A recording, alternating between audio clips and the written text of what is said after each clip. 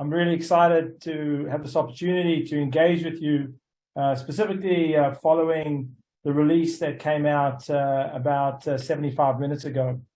And in today's meeting, I'm very much looking forward to taking you through the stellar, really stellar, with a capital S, 2022 results, and demonstrating the strategic priorities that we're going to relentlessly drive to deliver our 2023 guidance that we provided the market.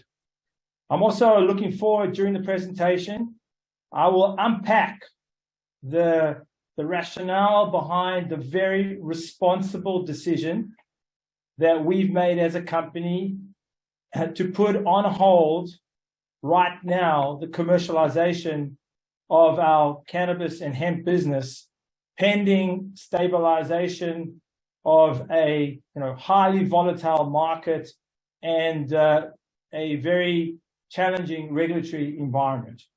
So we will get to it. We'll also have time during Q&A to work through. And as Justin said, we're going to try and cover as many questions as possible. So I'm going to move now to share my screen. Okay, Justin, you need to enable me because I made you host. So can you enable me, please?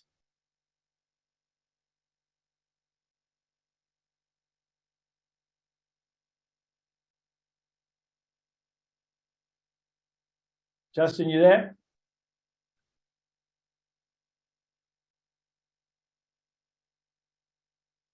I need, okay. Sorry, I am. So you need to allow me to share the screen because we swapped. So you have to go down to share screen and just enable me. Because you've disabled. You're on. It should be on. Yep. Ah, fantastic. Okay. All right, let's rock and roll. This is our literally our 11th strategic update. And as usual, I'm going to go for about 40, 45 minutes, and then we'll have at least 15 minutes. We'll stretch it to half an hour to cover as many questions as possible. Forward-looking statements. I'll just get everybody to read this, just so we cover our, obviously, legal obligations. Okay, great. So today's journey, we're going to cover the fourth quarter and our 2022 overview of the results. We're going to spend some time stepping back and looking at what we achieved in 2022. And then we're going to go deeper into our 2023 priorities in the context of our strategy to deliver on our vision of becoming, an aspiration of becoming a multi-billion-dollar biotech company. So let's get straight into the results. Wow. 2022 was a major foundational year for us. Our sales orders increased by 2.6 times. So really, we took the business now to $6.1 million of sales orders. And if you remember, we really only started to scale the business in the last week of August. So it really had like one quarter, you can call it, of scaling. Super excited by these results. And when you break it down, looking at the second half of the year versus the first half of the year, we saw massive acceleration with the additional supply capacity that we had in the second half of the year with the new manufacturing plant coming on board. And second half, literally $4.4 million in sales orders, growing 157%, with the US business growing 355%. So really amazing performance. Super proud of the team. And in that last quarter, the total business did nearly $2.7 million of sales orders, with the US dollars really the US market hitting over the $2 million mark, and Israel consistently performing with strong growth. So let's take some time now to just break down the US performance, because it's very, very important, obviously, with the US now representing the large majority of our sales and specifically our growth for 2023. So as we see, total sales orders, 3.8 million, 6 times. We 6x the business in the US, literally with 1 quarter of manufacturing capacity coming on stream. And that really gives me and the team enormous confidence on what we can do in 2023 because we really just, you'll see, scratching the surface as far as the demand for our VINIA brand. When we look at second half versus first half, literally delivered more than $3 million in the second half, and 3.5 times the first half of the year, okay, with a massive ramp up in Q4. And we see this ramp up in Q4 here with literally more than $2 million of sales orders, doubling Q3. We drove this by building the brand. We drove this by acquiring literally tens of thousands of customers through our very unique top of the funnel marketing approach with strong advertising, appearing in key segments on highly rated shows. And our marketing model, our marketing mix is really, really working. And when we look at the quality of growth in the business, and this slide really, it's a slide to reflect on, because what we did is we took a business in the first quarter that had 32% of subscribers being 1 month subscribers to literally a situation in the fourth quarter where only 7% of our subscribers are 1 month subscribers. Everyone else is 3 months or more. That means stickiness. That means loyalty, which is just demonstrating the impact, the quantitative impact that VINIA is having on people's lives. And it's important to understand that our subscription business is 90% of our business. And that's really, really important, because that drives important recurring revenue for the business month after month, and we're building that month after month. You know, often when you start to scale a business, it's very challenging to keep the quality of the reviews. And we now have, I think, when I looked at it last a little bit earlier, a few hours ago, I think we have 1,699 reviews, verified reviews with a 4.8 out of 5 rating. I challenge anybody out there to find a dietary supplement in the US that has the quantitative reviews that we have as far as the rating, but importantly, all of you take the time to go to vinia.com, click on the reviews, and read the reviews. These are not one-sentence reviews. These are comprehensive reviews articulating how VINIA has fundamentally, positively changed the lives of consumers who are taking VINIA. And this is the energy, the source of energy for myself and the team every single day, getting these reviews and seeing time after time after time, VINIA making a transformational positive change to our US consumers. Now, I want to talk about Amazon. I want to kind of talk about the elephant in the room. And because I know there's been a lot of chatter out there around what's going on with Amazon, how can you be out of stock? Have you stopped selling on Amazon? No, we have not stopped selling on Amazon.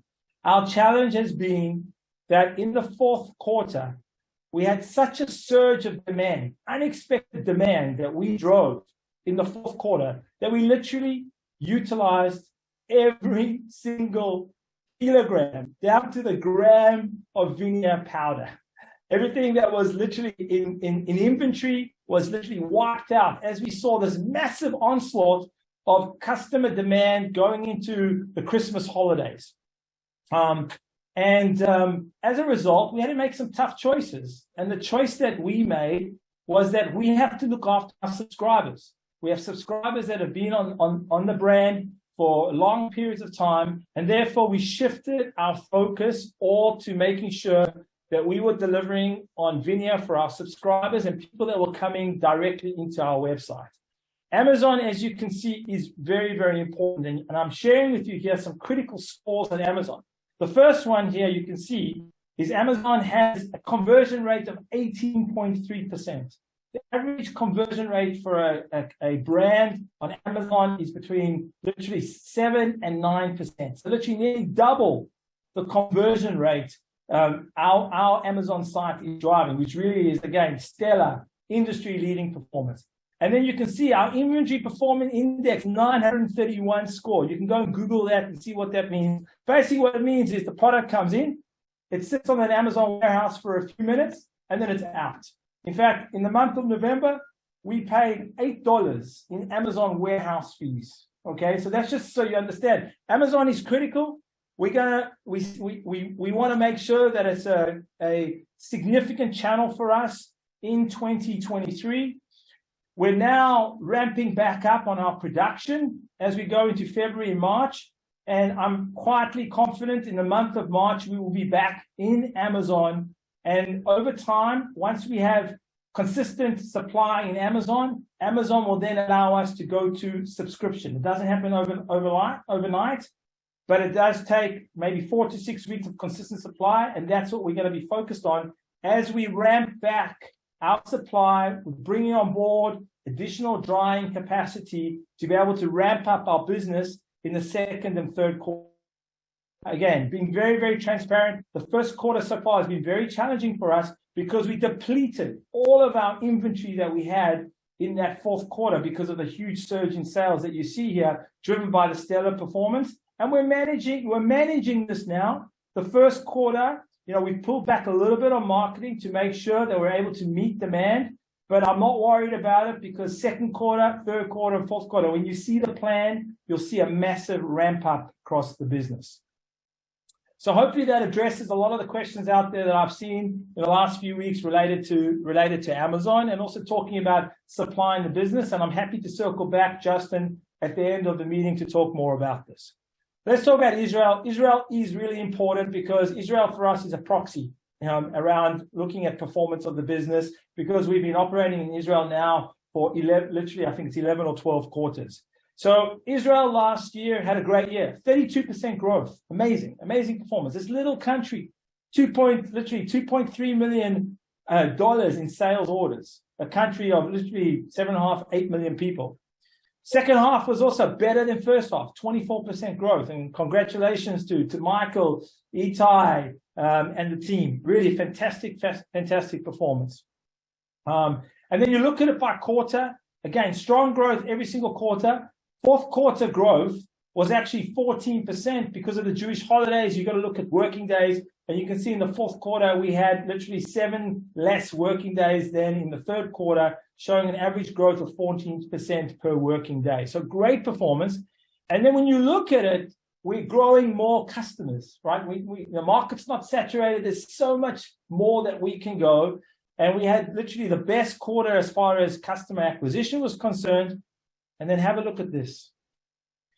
Israel is not a subscription market. The Israeli consumers do not like subscription. However, the average order value in Israel right now, based on our currency neutral 3.25 shekels per dollar, is $214 per transaction. That's just extraordinary when you put that into perspective, and it just demonstrates the level of loyalty that the consumer has here for the product. This is a lot of money when you think about it translating to disposable income in Israel. So stepping back, 2022, really, I'm super proud of what the team delivered, all the way through to what the operations team delivered to be able to build up the supply. And then obviously what Jared and the team have done from a demand creation perspective, it's really gives me enormous optimism on the fact that we're literally just scratching the surface here. And the opportunity for us in the direct-to-consumer side of the business is just enormous. And I'm going to dimensionalize this for you a little bit later when we start to talk about the plan for 2023. Okay, great. I'm doing good on timing. So I want to step back now and look at 2022 key achievements for the business. In fact, when I put this presentation together, I kind of stepped back and recalled that I've been in this job now pretty much 2.5 years. And when I came to this company, I remember, I think many of you know, I came to this company as an investor. And what I found was literally an R&D gold mine with literally gold at the bottom of the gold mine. But we just hadn't figured out how to bring that gold to the market with our technology and building the right commercial strategy. So when I step back down, I look at what the team and I have achieved in the last 2.5 years.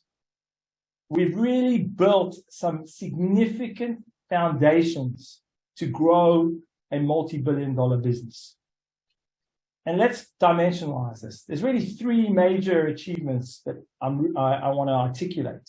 And it's really, really important for you as our investor partners to understand how we're guiding this business the right direction in very, very safe hands with people that have the highest levels of technical competence in their respective functional areas.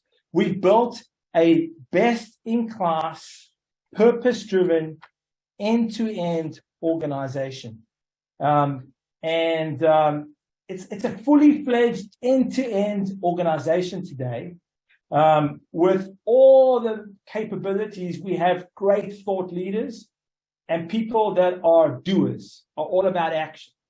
And that's the kind of people that we really want to attract to our company.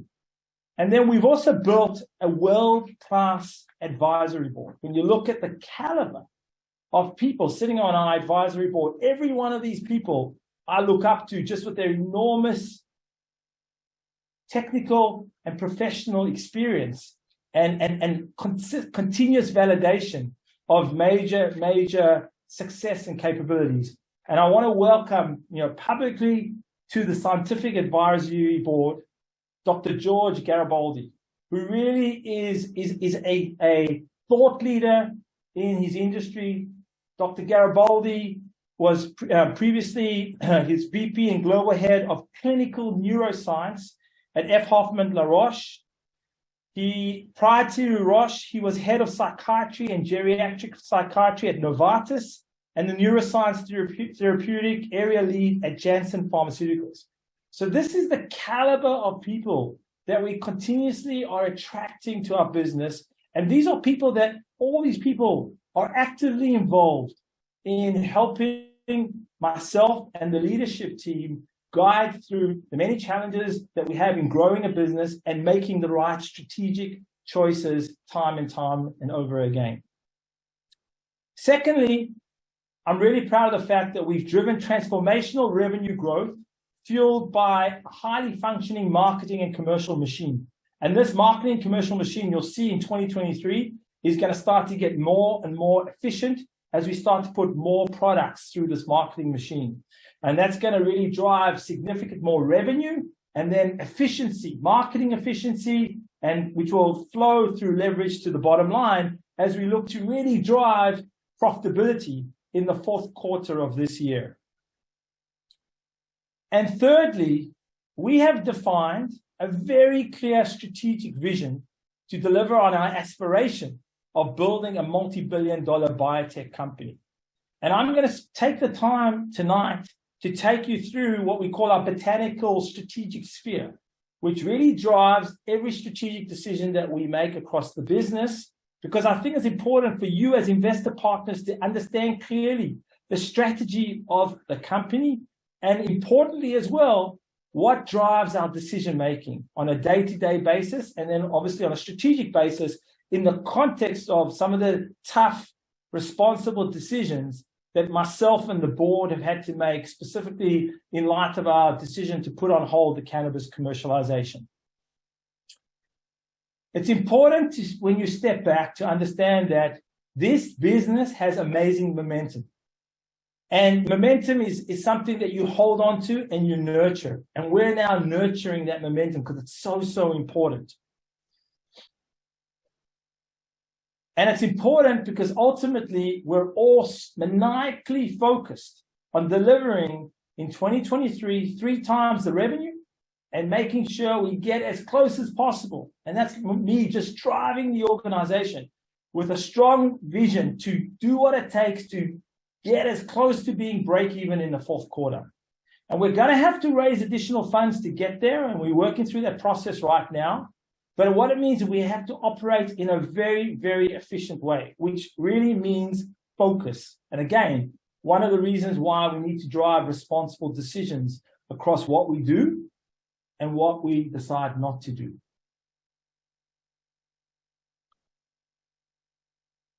Because I think everybody is cognizant that we are operating in very challenging, stormy waters.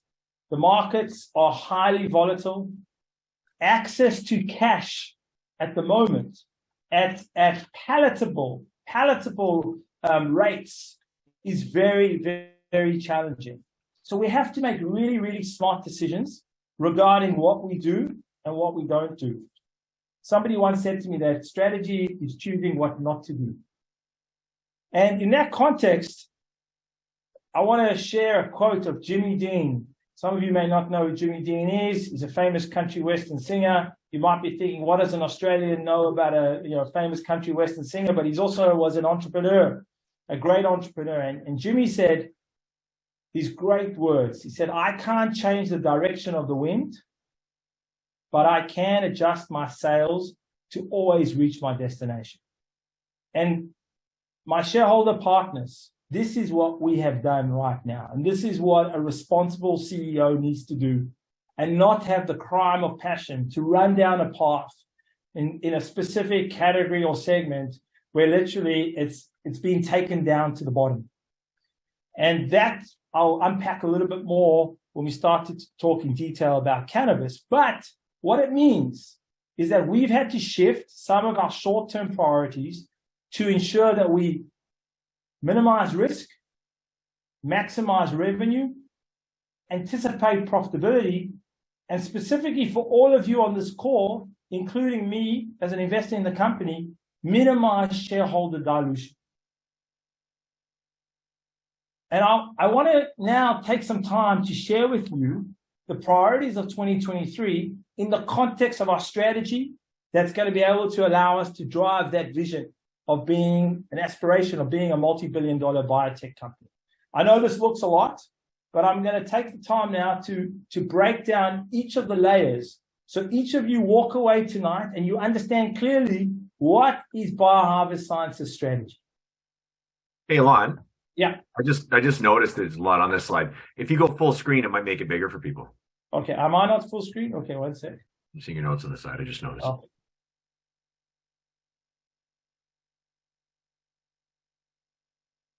How's that? Yeah, I can just see your notes on the side if you go on the slideshow. I'm on slideshow. Oh, okay. Yeah. Do you want me to stay like this, or do you want me to? Oh, it's better the other way. Yeah. Better the other way? Okay. Yeah. Jeez, Justin, you're really testing my technical skills. No, I just... Okay, one second. Let me try. I'm going to try to do this. Let me see. That's a bit better, right? Is that better? Okay. Okay, so I'm going to now build layer by layer and help you understand each of the critical layers of what we're calling our BioHarvest Health and Wellness Botanical Sphere. All right, first of all, let's start with the bottom layer, which is we're all about plant cell biology. That's our DNA. We've been doing this for the 15 years. We are the global leaders in plant cell biology. No other company is able to unlock the secrets of cellular plant biology better than us. What we do every single day is botanical synthesis. When you step back and you look at all the technologies that are utilized across the biotech and pharma world, you have three core technologies. You have chemical synthesis, which is what pharma companies today, which is artificial in a laboratory, literally chemical reactions all coming together to obtain one singular molecule. You have biosynthesis, which is GMO. It's a multi-step enzyme process to obtain one molecule. What we do, which is super unique and special, is botanical synthesis. It's non-GMO. It's reproducible and reliable process where we combine multiple botanical elements to form a whole new composition, unique composition, patentable composition of phytochemicals. And to do that, we have our unique platform technology we call bioplant solicitation. And the outcome of this are critical botanical compositions. Our red grape cells, which we call RGC, olive cells, pomegranate cells, and cannabinoid cells. Our business is anchored in science. That's why we've spent literally millions of dollars in the past on clinical studies to be able to really drive the right kind of structure function benefits across products like VINIA. We also operate with the highest compliance with key regulators like the FDA and other health authorities worldwide. We're working now with Health Canada with our registration of VINIA in Canada, with the launch pending for the second half of this year. We're working closely with EFSA as we go through the regulatory process in Europe, and of course with the China Food and Drug Administration, given our focus to go after the Chinese market. And all of this is channeled on two major profit pillars. The first profit pillar is the nutraceutical profit pillar, where we go direct to consumers, we go direct to doctors, and we also have the ability to go either B2B or D2C to consumers through food and beverage channels. And then on the right-hand side, we have the opportunity to utilize our unique botanical compositions as APIs, active pharmaceutical ingredients, or adjuvants that complement existing medications across specific medical indications that pharma are going after and working in collaboration with research institutions in order to deliver the best patient outcomes. Each of these pillars, on the left-hand side, we have profit pillars that delivers revenue today.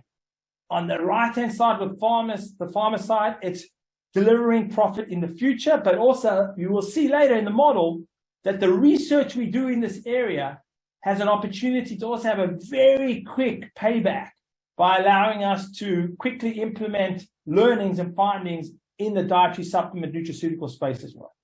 So what I'm going to do now is I'm going to take you through what we're going to do in 2023 to drive the revenue targets in the context of the strategic pillar. So let's first start on the left-hand side, profit pillar of nutraceuticals, focusing on consumers.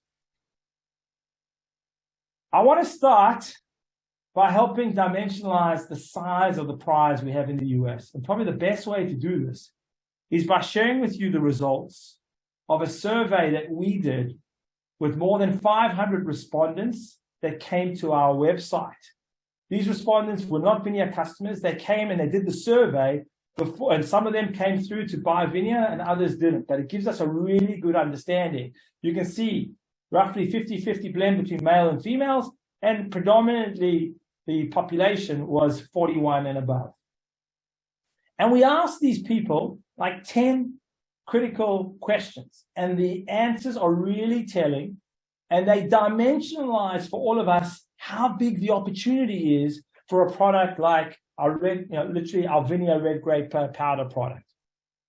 So you can look at the questions that we asked. Do you experience fatigue? Do you take naps during the day? Do you have poor focus, attention, or brain fog? Do you lack energy in the bedroom? And the answers are really telling. Consumers are tired. They are very tired. Look at this. 80% of people experience fatigue. 50% of people take naps during the day. Good luck to productivity in the US of A, right?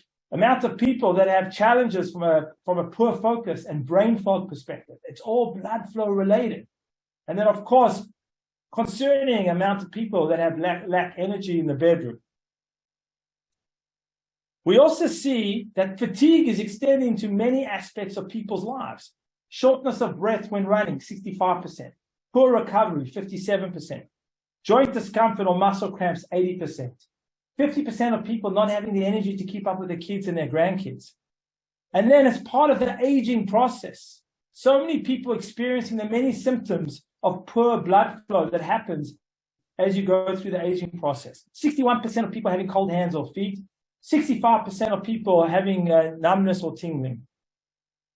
And what are Americans doing? What are consumers doing to address this? You see that consumers are still drinking a ton of coffee, or they going towards vitamin B and in some cases energy drinks. And then when you ask consumers, well, what about resveratrol? only 20% of consumers have tried resveratrol. So this just dimensionalizes the magnitude of the opportunity that we have as being the leading superior blood flow supplement out there, which is obviously at the baseline driving physical energy and mental alertness as a result of increased blood flow and the delivery of oxygen and nutrients to the body tissues and organs. And when you look at the size of the prize, you have today an $8 billion opportunity that just sits in the US of A. And that's because we play in 13% of a $52-53 billion dietary supplement marketplace, which is around the heart health and the energy space. To be able to grab and seize this opportunity, we were very focused in literally last quarter on TBN and Christian Evangelical. We will continue to do that because the recipe is working extremely well. But what we're going to do is we're going to start now to going into the broader market and to start targeting mainstream channels. And we have a number of tests running in February to start to scale in March and April across a number of these different channels to be able to optimize our overall efficiency. We're also moving to TV commercials with testimonials. So currently we run 30s and 60s. We will be moving to 90s and 120 seconds. And Justin, I'm not going to run the commercial now because I want to get through this quickly. But in the next newsletter, we should send out the commercial so people can see really the quality and how we're building the brand and the realness.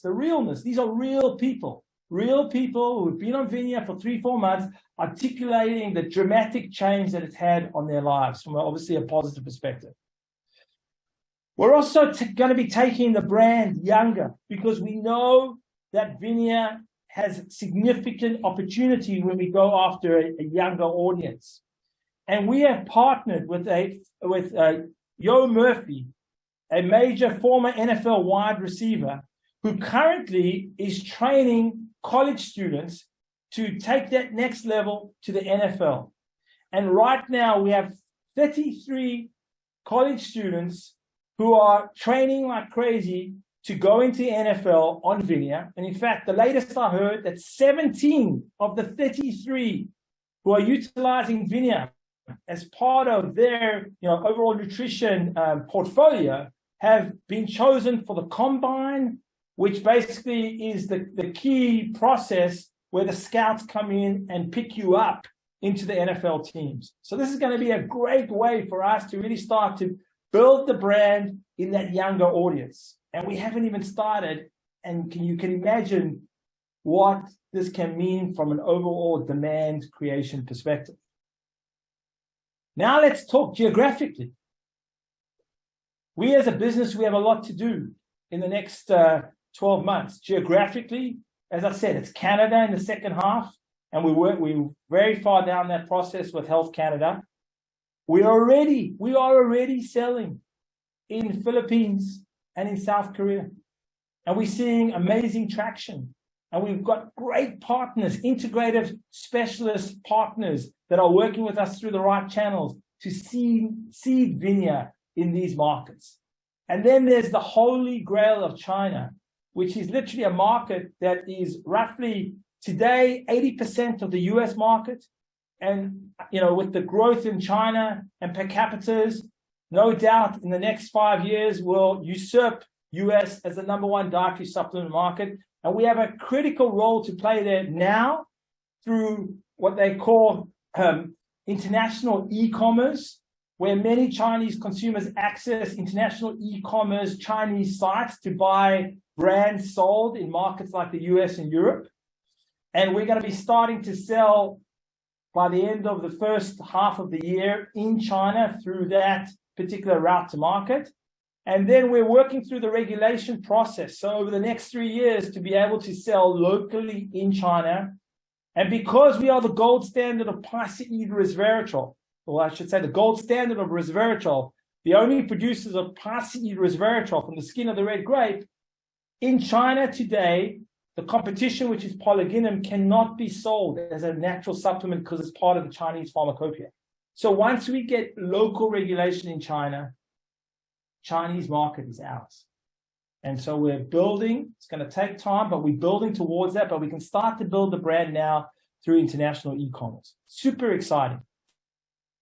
That's targeting consumers. Now let's talk about what we're going to be doing to go direct to doctor. So important as we use the doctors as critical influencers to really demonstrate the premiumness and superior functionality of VINIA. I'm not sure if you realize there are 45,000 practitioners in the US. This includes doctors, nurses, health coaches, chiropractors, nutritionists, physical therapists. Many of these are basically followers of integrative medicine, combining literally functional medicine together with much more of a holistic approach to medicine. And they sell supplements.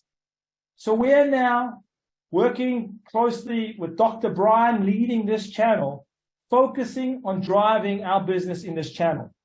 And we have a very clear strategy. Instead of going with TV to consumers, we go with podcasts direct to doctors, specific tailored focused podcasts. And Dr. Brian is doing literally a podcast a week that's being literally rolled out across multiple markets. We're at the right key events as guest speakers, given the uniqueness of our science and our technology. And then we're working now with the right partners to give us that route to market, direct access to these people. So this is a big, big focus for us. And already we're seeing great, great results with major integrative medicine centers starting to sell VINIA. Resilient Health, Bloom Center for Health, Banner Longevity, AK Doc in Atlanta. These are major, prestigious integrative medicine centers. Now I want to focus on what we're doing in this F&B space. So firstly, we are working closely with Vittori. We have a number of different initiatives on the table. But what I want to focus today are some actions that we've decided to take, given the strength of the brand that we're building in the US, which are branded VINIA. Instead of being an Intel inside or a VINIA inside, we can capture significantly more revenue and profitability, leveraging all the work we're doing building the brand by going in this direction ourselves. And there are two major initiatives that we're working on. You've heard me talk about disrupting the protein market, protein bar market. It's a $3 billion category in the US. We have a very unique proposition that we're going to be bringing into the marketplace with our professional protein bar, super blood flow protein bar. Shareholder partners, what you see here is the R&D sample of our protein bar. Okay, it's going to come in two flavors, chocolate flavor and a peanut butter flavor, which are the two major flavors in this particular segments in the protein bar market. It's going to be a super high quality proposition. And what's going to be very, very disruptive for the category is we're going to be the only dietary supplement protein bar that has literally structure function claims to consumers. So what this means, if you look at every other protein bar, they make claims, but they're what they call nutrient claims. A nutrient claim is, I have 14 grams of protein, like this Alaha package, okay?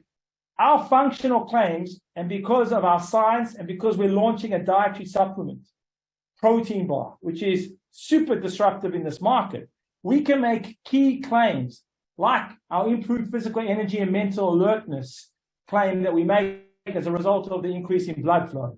And that's going to be a game changer in the market. So in every protein bar, you're going to get literally 400 milligrams of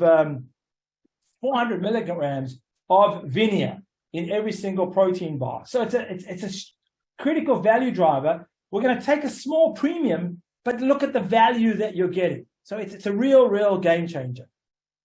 Justin, you told me I'm looking at the camera. Can you see me now looking at the camera? You're looking, the camera's straight ahead of you. Yeah, that's the camera, right? That's where I'm okay, yeah, okay, good. Okay, yep, perfect. All right.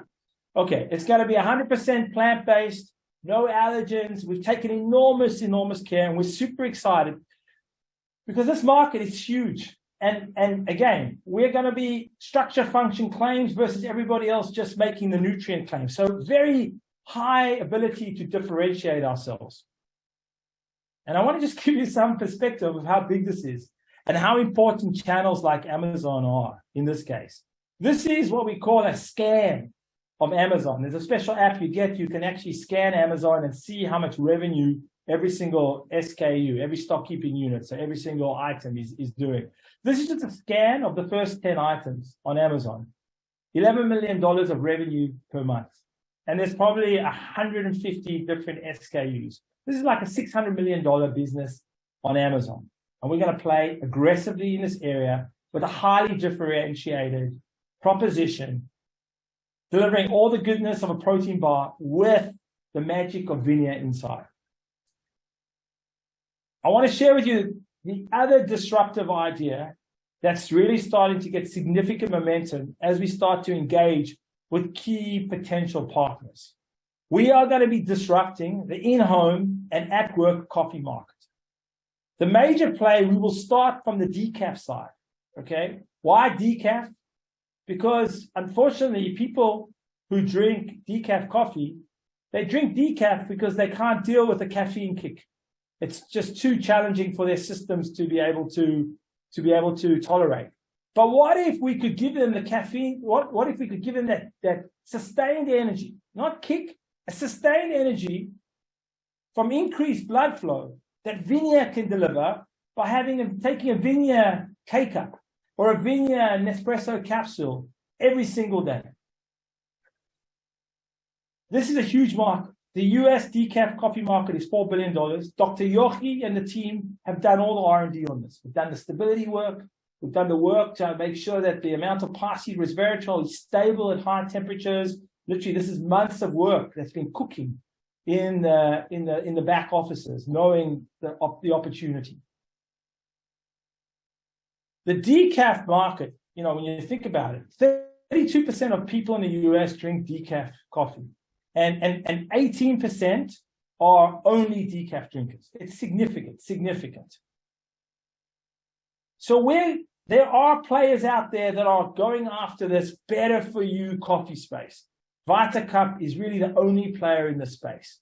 And again, we can come in with a category disruptor to be the only decaf coffee with the ability to provide sustained energy by an increase in blood flow, right? Now, on the right-hand side, you're putting like fufu dust. On the left-hand side, you're putting in place a science-driven botanical blend that has clinical trials behind it. So again, this is another play that we're going to look to bring to the market as we go after and start to really build the layers on the left-hand side. I'm now going to spend a little bit of time talking about the right-hand side and help you dimensionalize how important the right-hand side is and the importance as we look at building a multi-billion-dollar biotech company to be able to play in this area. Okay. On the right-hand side, we're focused on active pharmaceutical ingredients or adjuvants. And this is about how we take, for example, in the case of our red grape cells, and how we utilize our red grape cells to be able to do the required clinical trials to go after some significant medical indications that today are being under-delivered by the current set of pharmaceutical drugs. So we have here, working with Dr. Brian, and there'll be more that we'll be articulating on this in the next few months. But we have identified a number of different key indications that we're going to go after, and we're going to drive clinical actual trials. And what's amazing about this, and let's use, for example, this area of eye health or optic neuritis. Optic neuritis basically occurs in people with multiple sclerosis. Roughly 50% of people with multiple sclerosis develop optic neuritis. The treatment for optic neuritis is heavy steroids, and it's a very, very challenging treatment regime. There's significant data that polyphenols, specifically the grade of polyphenol and antioxidants that we have, can reduce inflammation in the optic nerve and around the eye to be able to prevent incidences of optic neuritis. So what we would be doing here as an example is we would drive a clinical. If the clinical is successful, we have the ability to continue to a larger trial and go the pharma route and literally with the right kind of partnership model. But at the same time, we can take the findings and the biomarkers which exist in a healthy population and be able to develop, with our red grape cell product, a eye health support product. That's a $3 billion business. Okay? So when people get nervous about what is BioHarvest going down the pharma route, it's how you do it. There's ability for us to do research. It's not crazy expensive research. You'd be surprised how efficient we can be. And the reason why is that there are institutions out there that are coming to us that have national funding and want to use that national funding for trials. And in many cases, not all, but in many cases, we just have to provide them with product and our resources, resource of Dr. Bride, Dr. Yochi, as part of the teams that are doing the trials. So this is a critical opportunity because you have the opportunity to go down the pharma track, but you can also at the same time leverage those learnings and move straight to dietary supplements in these areas. And we have the ability to do it in multiple areas: eye health, in cardiovascular health with Raynaud's disease, in brain health, looking at early stage Alzheimer's and dementia, and looking at biomarkers that may support a brain support supplement as well. And then huge opportunity in the area of skin health with atopic dermatitis, eczema, psoriasis, where again, we've seen in a number of different trials, specifically also in animal trials, the severe atopic dermatitis with literally polyphenols making a dramatic change. And again, we're the gold standard here. And this gives us an opportunity to go both routes. And also in the context of, say, what's exciting about skin health is that you could do an in and out proposition. So it's about taking our skin support product orally, but also having a topical cream to be able to address the affected areas of the body. And that could be a very, very powerful proposition. Elon, so, yeah. Sorry, I can cover a couple of questions right now, if you don't mind, before we move past this? Yeah, sure. So Curtis asked one about the FDA. Can you please just make sure that people understand that you've got the supplement vertical, and that's brand Vinia, and just explain how red grape cell powder and the FDA and that process works on the other side. So basically, thanks, Justin. So basically, you have the dietary supplement pillar, which is where we operate with Vinia, right? In the case of the right-hand side, which is more the pharma route, we're operating with our core botanical composition, which we call RGC. RGC is red grape cell. That red grape cell can be at multiple dosages. It can also have red grape cells with multiple different levels of polyphenols based on our technology and our ability to modulate that based on a different indication. So when we go and say work with a pharma company, say for example as an adjuvant, so as an actual composition that is added to a specific pharmaceutical drug because the doctors can't give more of that drug because of side effects, so they work with an adjuvant, which is what happens in a lot of instances. It'll be the red grape cell powder. RGC will be the item that drives that. So there's a delineation. But from a clinical trial perspective, we are able to use the learnings to be able to go both routes. So there's short-term gains and then obviously long-term gains. Okay? So super exciting. That's with our red grape cell product. We have olive cell that the team's doubling down on, working like crazy to bring to market in the first quarter of next year, and then pomegranate cells in 2025. So when you step back, my shareholder partners, you can see we have a polyphenol business with exploding demand. Exploding demand that right now we can't even keep up with. And this is what keeps me up at night, making sure that we can keep up with the demand that I know we can create. We haven't even scratched the surface. Literally, the marketing dollars we're putting in the market now, it's like peanuts in the context of where we can go. Our polyphenol business itself will get us to $17 million plus in revenue and can build hundreds of millions of dollars of revenue. It requires minimal capex in 2023. We've spent all the capex. It lays a much easier path for us to break even in the fourth quarter as we drive a relentless cost reduction focus as we bring scale into the business. And importantly, it allows us to focus our resources to drive success. And this is a very, very important context as we look at what we have to deliver here and the just enormity of the opportunity that we have to deliver on. And as a responsible CEO, as much as I love the opportunities in the cannabis space, I had to just stop and step back and take some oxygen and ask ourselves questions on how do we steer this ship to the destination with the right sales in a way which is going to be in the best interests of our shareholder partners, which is how we maximize revenue, how we move to profitability, and how we do this in a way which minimizes the dilution in the business.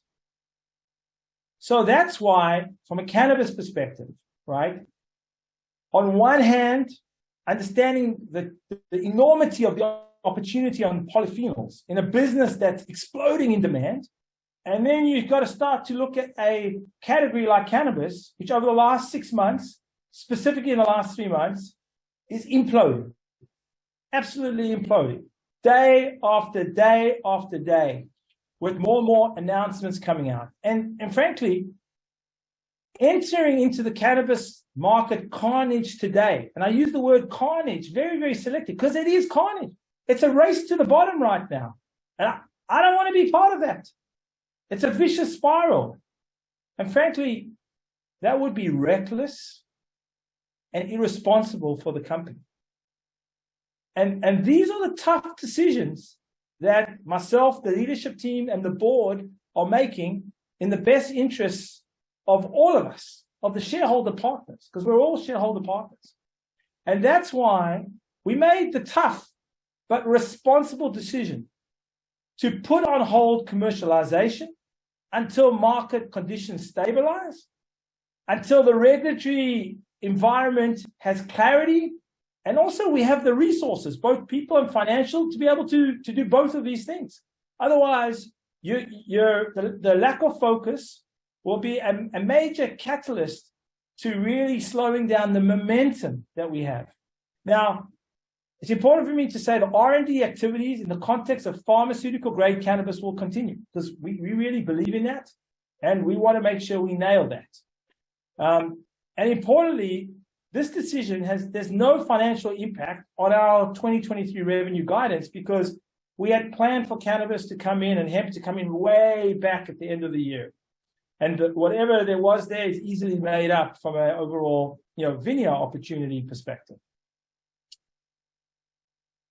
And so I want to just, again, spend a few minutes on helping to basically understand why these decisions have been made and the thoughtfulness behind making these responsible decisions. Honestly, and I look to all my shareholder partners, market entry now, it's the worst possible time given the massive price compression at retail and wholesale across major states. I'll share with you some facts, okay? Massachusetts pricing has dropped by 36% this year. Missouri by 46%. Michigan dropped 75% in the last 2 years from $400 an ounce to $100 an ounce. And with the illicit market just growing like crazy, where is the bottom? The last thing I want to do is deploy scarce capital, start building facilities, and not realize that the market hasn't bottomed out. That would be irresponsible. And then at the same time dealing with that and then trying to go after the massive opportunity on VINIA, on our polyphenol business. At the same time, there's no major partners out there that I feel comfortable are going to be long-term sustainable partners because their lives are changing drastically. Look what got announced today. Canopy, major losses, net revenue down 28%, laying off 60% of staff. MedMen, I used to look up to MedMen based on their amazing retail therapy. They're like the Apple at a retail level, sharing a few days ago, they had $15 million in the bank and are not sure that they're a going concern and can meet their obligations. So I don't want to be there, specifically in the context of the opportunity that we have. And what's important in these situations, and I've been there before in my Coke life, is that we can't have what we call the crime of passion. Crime of passion is you have blinkers. You have blinkers. It'll be okay. We differentiated. No one can do what we can do. That's crime of passion. That's when you don't understand market forces. And we're not going to have crime of passion. We have to be objective. We have to understand market forces and understand that, we can't control market forces. And then the situation was further exacerbated by the regulatory environment changing. And it's becoming more and more unstable and is locking up in key areas, specifically on the hemp side, where the FDA concluded that the existing framework for food and supplements are not appropriate for CBD. And they flick it to Congress to help them find a way forward. Why to Congress? Because they need resources, because it's an absolute mess and they have to clean up this mess. And today the FDA doesn't have the resources. And if they go to Congress, they have a much better chance of getting the resources. And they have to come up with a new framework for CBD because there's been a number of different studies showing issues with CBD for long-term use. And it's a public safety issue. And the FDA has to act in the best interest of public safety all the time. That's their job. And we have to respect them for that. So we're a science-driven company. As a science-driven company, we want to come to the market with differentiation, with science, with clinical trials. But if I had to bring a product in the hemp market today, I can't say anything. Just got to say what's inside. It's not a sustainable situation to build brands and build value. At the same time, significant capex right now it's going to consume, and it's going to be heavily dilutive as we have to build facilities. And then these 2 points at the bottom are really important, and I can't underline how important they are. I sit and I spend a lot of time right now as we raise money, and we want to raise money from institutional investors. We want to raise money from strategic investors. And we sit at the table with them. They do not want to hear about cannabis. You mentioned the C word, it's like heresy. It's like a swear word. And when you're trying to raise money at a value that makes sense for our shareholder partners, with bringing strategic money into the company, it's super challenging when you go down the C route right now because everybody's been burned. These institutions have been burned. All of them. Look at the share price of every single cannabis company out there today versus 18 months ago. And then lastly, and importantly, because ultimately we are all investing in this company to create shareholder value and human utility value. What drives us every day as a team around me here and as my team of shareholder partners, psychologically, energy, spiritually, is driving human utility value. And you've heard me talk about that many times, which is driving a transformational growth and improvement in people's overall health and wellness. But that has to translate to shareholder value. And that means we need the flexibility with everything that I've shared with you on the polyphenol plan. We just get one of these things being a home run. One of these things being a home run. The value that we can create is enormous, but only when we have the flexibility to decide to chart a path to a bigger exchange. And you all know what I'm talking about. As soon as I dive directly into the fire, that's not even an option. So, I hope you appreciate, and this really, we postponed the meeting. Many of you asked, why did you postpone the meeting? We postponed the meeting because we needed time to make some tough decisions as a leadership team. with a very engaged board that care about making sure we make the right strategic choices amidst a very, very challenging operating environment. And this is how we get to where we are today. And I feel really, really good about the choices that we've made. Because these choices are choices that I know are going to give us the best chance to double down, grow revenue, ensure that we're doing what it takes. And I've set what I call a hairy, audacious goal for the team to get to that break-even point. But you've got to do it. If we get there, amazing. If we miss it, we'll hit it the next quarter. But that's what we have to do. It's about driving a culture of getting to cost management and getting to efficiency to get to that break-even point by the fourth quarter. And in doing that, executing the strategy according to our botanical sphere, as I've articulated to you. And if we do that right, we're going to be well on the way to our aspiration of being a multi-billion-dollar biotech company. But it means we have to make responsible choices as senior stewards, leaders of the business, and stewards of your investments in the company and the resources that we have to work with. So I really hope, stepping back, you understand that we have amazing momentum as a business. We have a polyphenol business that has just opportunity beyond belief. And what I've shared on the left-hand side now, there are 5 things on the left-hand side that I haven't shared that we're working on. Because you know me, I always have a few things in the drawer and big ideas. But we've got to be able to focus on executing 1 or 2, maybe 3 big ideas. It's amazing that we've got the capability of Dr. Brian, our Chief Medical Officer, working together with our CTO and co-founder, Dr. Yochi, an amazing combination with a world-class R&D team to really take our RGC, red grape cells, to the right-hand side and to be able to create value short-term and long-term in this area.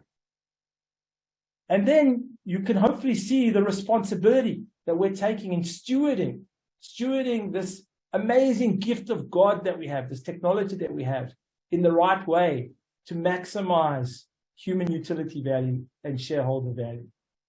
Okay, Justin, that just about wraps it up for me. Let me stop sharing and let's go to Q&A. Yeah, thanks, Alon. So Scott, I think we were set for 90 minutes, so let's get rolling. I think you've addressed on the decision to pause cannabis commercialization. I think you've addressed the timing question, why and why now. One thing I'd like you to maybe address is we have investors who are split between, okay, that's business, and ones that are disappointment, more from the human utility value side, whether they thought our cannabis is going to make a really positive impact, not just on the world, but on their lives. Just maybe acknowledge, is our R&D going to continue on cannabis? Yeah, as I've said, it's very clear in the press release. Dr. Malkit and Dr. Yochi and the team, they are continuing on the pharmaceutical side. We believe this is the best place for us to operate as a health and wellness company, and we're going to do what it takes, to try and basically come up with what we believe are the best botanical compositions, leveraging cannabinoids to address that right-hand side. So absolutely, we believe in the magic of our platform technology, but we're not going to make reckless decisions, right? To jump into the fire, because I don't want to be in any way have any type of skeleton that's resulting quite clearly when you look at what's happening, unfortunately, and it's very painful for me, to companies who are dealing with that challenge right now. Yeah. Okay. And are we still pursuing our production license in Israel? Yeah, we still are. We're still working to get the license. We've got to make sure we're ready if we decide to make the plunge. Yep. And then on the business side, if we're granted that production license, does that include export, or is that a separate? That's something separate. Obviously, once you get your production license, obviously the Israeli government is is very open-minded in the context of exports. They're very open-minded in the context of imports. That's why you have every Canadian brand just flooding the market here. And unfortunately, the cannabis market here in Israel is imploding as well, with literally, tens of companies, going bankrupt and walking away from the cannabis. So largely that's driven by imports. Conversely, the government obviously is being open-minded from an export perspective. So I don't see that as a barrier if we believe that is the right thing for us to do at the right time. We want to enter in the right segment at the right time on our terms. On the Vinia, people asking, I'll sum it up with production bottlenecks. How confident are you looking forward to this year that you're going to be able to produce enough to hit the revenue targets? I think we're going to be in a good place. I'm confident we're going to be in a good place. We've opened up more capacity. We're bringing in more drying, co-manufacturing. We've been running for the last 4 weeks experiments with the trial machine that we have. We have this amazing machine coming in from Germany, which will land here in end of second quarter, early third quarter. We have a trial machine now, and it's amazing. It's delivering more than what we thought it would deliver, because the technology is very unique technology. And again, this is now IP that we're developing, not just in the production of the red grape cells, but also the drying of the red grape cells. And we're seeing amazing efficiencies, which again will flow to the bottom line, but also the quality. And this is what gets me super, super excited. If you think we had great polyphenol composition today, wait until you see the quality of the polyphenol composition with the new drying technology, which is why this is a game changer and will allow us to deliver an even better product on the left-hand side and higher performing product on the right-hand side. So that's super exciting for me. Related to that is can you supply all the global supply from the Israel facility, and do you foresee building production in North America? So that facility, again, based on what we know today with drying, we could probably, I've always said a 20-ton facility, then I said a 20-plus ton facility. I think we could probably push it to close to 25 tons. Based on our forecasts, without giving any forward-looking statements, I need to be careful here, but based on where we believe the business can go, sometime in early 2025, we will need to have a new facility up and running. And that will likely be, Justin, a mega facility. We'll build a much bigger facility. Okay. And then speaking about the product lines, a lot of questions. What any updates on Pomia or Olivia? So I like to call it, just be clear, Pomia and Olivia are work in progress titles. Okay. So, but more referred to as olive cells and pomegranate cells. There's a lot of work being done in olive cells. We have a dedicated PhD-led team working on olive cells, really starting to drive the commercialization of olive cells.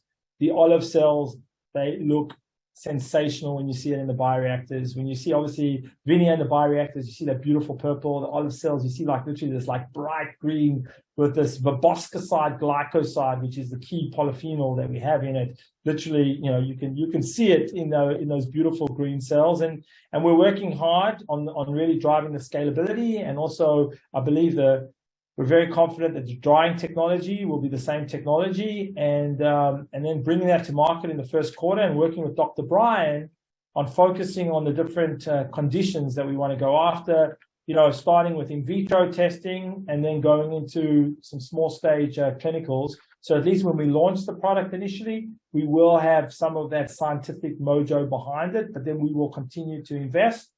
And also importantly, we haven't talked a lot about this as well, but there's a lot of work being done, and we'll do more work in this area in looking at combinations. And that's the combination of red grape cell and olive cell.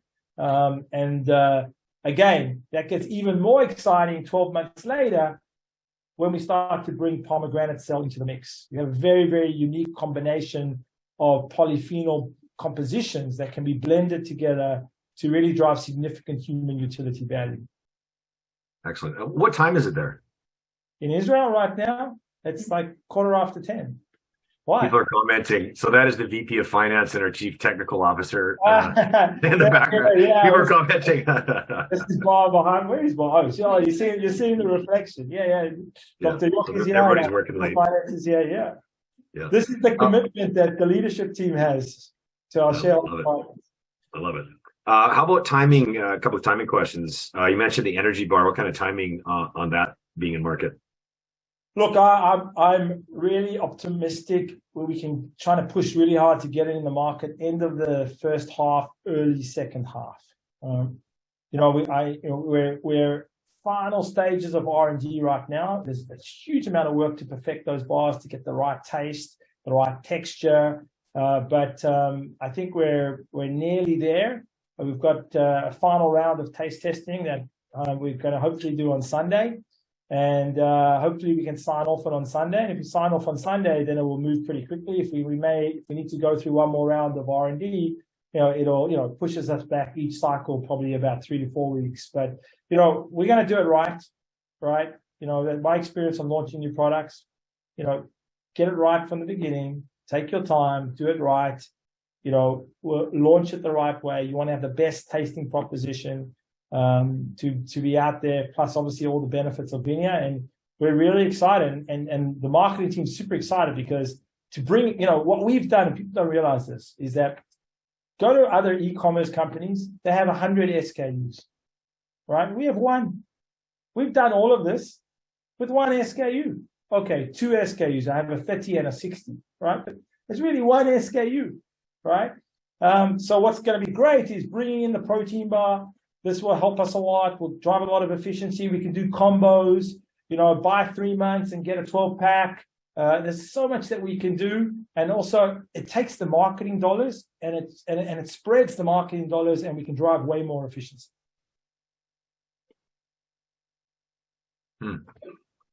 Some questions, I guess. You mentioned China. Are you looking at other areas in the Asian market for products? Right now, we're super focused. South Korea is a great market because it's highly innovative, and I love the way the South Koreans think. Also, Philippines is a market where, it's very, very strong from an integrative medicine perspective. So it really has a strong bias towards our world. And then the size of the prize in China is so big. And I want to remind everybody as well, we have patents in China. Okay, the Chinese patent office granted us patents. There are very few companies that get patents in China. So China for us, it's an aging population. Like every single trend that plays into our favor exists in the context of China. And they're not, when you look at the pricing in the Chinese market and some of the brands, when you actually look at the Amazon equivalent in international e-commerce in China, you go into Amazon today in the US, you have maybe 200 brands that play in our space. In the context of China, it's much less, right? And our ability to differentiate is, I believe, much greater as well. So, Jared and the team are starting to build the international e-commerce plan to kind of sit on the major international e-commerce sites, JD.com, Koala.com. There's like 5 sites that you have to have shops. And literally, you can ship products straight from the USA or products straight from Israel to go and sell in the international e-commerce market. They've made it so easy. It's a $4 trillion market, the international e-commerce market. $4 trillion market. And literally, dietary supplements has an overall consumption of like 42% of people that come into the international e-commerce. It's one of the biggest areas. There's several comments, people asking about Japan. So this is good. Let me touch on Japan. Like Japan will be next for us. And often like the China and Japan, South Korea, they kind of go together. And we're looking at that very closely now, just figuring out what the regulatory strategy is and how we most efficiently cover Japan as well as South Korea and China. It's like the critical triangle that's very, very important. Okay, a related product question. Great question about coffee. When you're looking at partnerships, and it looks like the protein bar is going to be a BioHarvest protein bar or a Vinia protein bar. When you talk about the decaf coffee, have you had any conversations with major coffee companies about supplying their brands? So basically what's interesting is how we kind of turned it around. Before, we were like the Intel inside in a way, right? Whereby you take a major brand and you have Vinia. Now I thought, look, we have the equity, right? We have enough strength to go into this area. So now it's Vinia, basically it's a Vinia decaf, energy, sustained energy coffee, right? Very important wording. Sustained energy will be like the major focus because it's such an oxymoron in the decaf market. And, we will choose, we have had conversations with a couple of companies that could be major companies that come in as our coffee base. And that would just give us more strength and credibility. But we can do it with, we can do it with or without them. I don't think it's critical, but it really just depends on the economics and the partnership model. Okay. One of our medical investors is asking, on the research and development side, is the high THC work still being done? So we still have a path on high THC that we're driving. But obviously, as we go into focusing and doubling down on the pharmaceutical grade cannabis, the need to get to a crazy level of THC, it's not as critical. What's most critical is the blend of cannabinoids and polyphenols as well. It's not just, what we have is very unique in our trichomes, but it's the blend and what that blend does from an overall indication perspective. And that's what we're focusing on, the blend. Okay. Yeah, a lot of questions about globally the rollout plan for Vinia. And sorry, for timelines on the coffee. Is there a likelihood that the coffee offering would be available in 2023? I would love to have sold my first K-Cup or the now that Nespresso is out of patent, but the capsule, whatever you want to call it, the pod, by before Christmas 2023. It's a reality. When you look at the technology, you can buy equipment very, very efficiently that produces the K-Cups or the pods. So that's not a major factor. It's just for us, just figuring out where it fits in the timeline and making sure we have enough resource behind the launch. We may do a soft launch initially on our website, which will be great, and then start to go into Amazon. So, there's many different ways that we can commercialize it, but we know how to do it. Yeah, I'm smiling because there's a couple of questions about whether we've had any conversations with NFL or professional sports figures to use Vinia. So I would say, without going into too much detail, that we're always open to dialogues with, obviously people that are part of pop culture, that are role models in the communities, whether it's from a sporting perspective or intellectual perspective, entrepreneurial perspective, that can really be responsible carriers of the brand, who believe in the brand, who utilize the brand every single day. We're in discussions here in Israel with somebody who's very, very interesting in that space.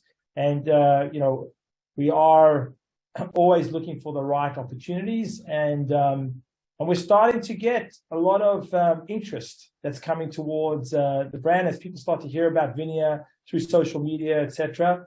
It is, the influencer model is very, very important part of the marketing mix. And a lot of questions, about the global Vinia. European supply, we have people that want to order into Europe. So look, as far as Europe is concerned, the European regulation process is very slow. Everybody else is kind of post-COVID. They've come to like normal timelines. I don't know what it is. I'm sorry, Pierre and the team. I'm not saying anything bad against Europeans, but it's just much slower than all the other regulators. However, for our investor partners, and many of you, we are able to provide them Vinia out of Israel. That's normally how we do it. So if you do want Vinia, please reach out to Justin or myself, and we'll work through Michael. Many of you know Michael here, who runs the Israeli business, he will work with you, and we, DHL your vineyard, and we do it at a pretty reasonable price as well, until we can hopefully get through the regulatory process in Europe. Okay, maybe the last. I think we've addressed the cannabis decision, but as you said, you're happy to meet with people. Anybody that wants to schedule a meeting, please come through. And I would say this to everybody. Everybody here is a critical shareholder partner in the company, and it doesn't matter if you hold, 100 shares, 100,000 shares, 1 million shares. It's all relative to basically the resources that you have. So we have to be respectful, and we really value that. Every shareholder is very much valued. And if I have to spend, the next week, with Justin, having dialogues, we'll do that. No problems. Happy to enter into those dialogues. I think everybody understands that one of the values of our company is the level of transparency and openness and access, whether it's to Justin or whether it's to myself. And we're very happy to have a few coffee with Ilan sessions. Justin, we can set up one every night next week, and we can talk to 4 or 5 people. We can figure that out, just see what the follow-up is after tonight's presentation, and we'll just do that, and we can go into some more detail. Obviously, I can only share context around information that's already been shared, but if people have questions that they feel haven't been answered, I'm very happy to do that. Yeah, well, maybe one last question just for me, and then we'll wrap up. Thank you so much, everyone. So near-term decision, near-term pausing North American spend on the cannabis commercialization. But does that mean there's any change in how the company looks at other potential verticals? I've got lots of questions about proteins, psilocybin. When you're looking at the company's overall, R&D approach, has anything changed? It's a great question. It's a very, very good question. And let me try and dimensionalize this. Obviously, our decision has also meant that we've decided to focus. We're going to focus our resource, pharmaceutical cannabis. This also allows us some oxygen, right? Because, we're not going to do 20 different strains or whatever. We're going to be focused. Do one thing right. It's a game changer, right, in this area. And what this means, and I'm looking at my CTO and partner, Dr. Yochi here. What this means is that there's oxygen, and there's we have a pipeline of a number of other things that we know our technology can do, and we will start to allocate resource to that. And each of these in themselves could be billion-dollar ideas based on the application. We've mentioned some of those. I don't want to go into too much detail here because I don't want to in any way give people expectations in certain areas. But we are going to start to do more exploration. We definitely are, in the polyphenol space, as well as outside in other, let's call it other verticals, some of them that you've mentioned. Okay, excellent. Yeah, thank you. I have 33 unanswered questions and comments that I will respond to. But yeah, please, Ilan, I think that's fantastic. Thanks again for everyone for coming, but please wrap us up. Yeah, so look, I thank all you 108 participants. I think pretty much everybody stayed the course. I hope you appreciate and understand the drivers of the decision. I can understand that some people may be disappointed, but I think it's important that you understand, the gravity of the importance of making these type of responsible decisions so that we can land the plane. And landing the plane is all about taking this company and putting it on the trajectory that we're on, keeping that momentum going, and delivering on critical financial deliverables around driving revenue, driving overall profitability, and minimizing shareholder dilution, and being really, really careful on how we use capex, capital resources, and especially in the context of we don't operate in a vacuum. There's a market that's burning out there. The cannabis market is like on fire, and how low is low? I don't know. I really don't know. I thought it had bottomed out in October, November. If you ask people, there's many people that say, listen, there's no way. It's going to be literally catastrophic. And then, those people that are still around, they'll be okay. But there's going to be a lot of victims. And we don't want to be any of those victims, specifically when you look at this polyphenol business, that we're the best. We are the best. And look at the results that we're delivering. So step back, make the right decisions with a calm head, see the forest from the trees, and be able to be objective and make responsible decisions to steward the business. And I really hope, and I've spent a lot of time with the team in decomposing this, breaking it down. I really hope you understand the thoughtfulness that has gone into making this decision, and that you have hopefully an appreciation and respect for it, and will continue to be partners in the movement of change, more so because you see that we can make tough decisions.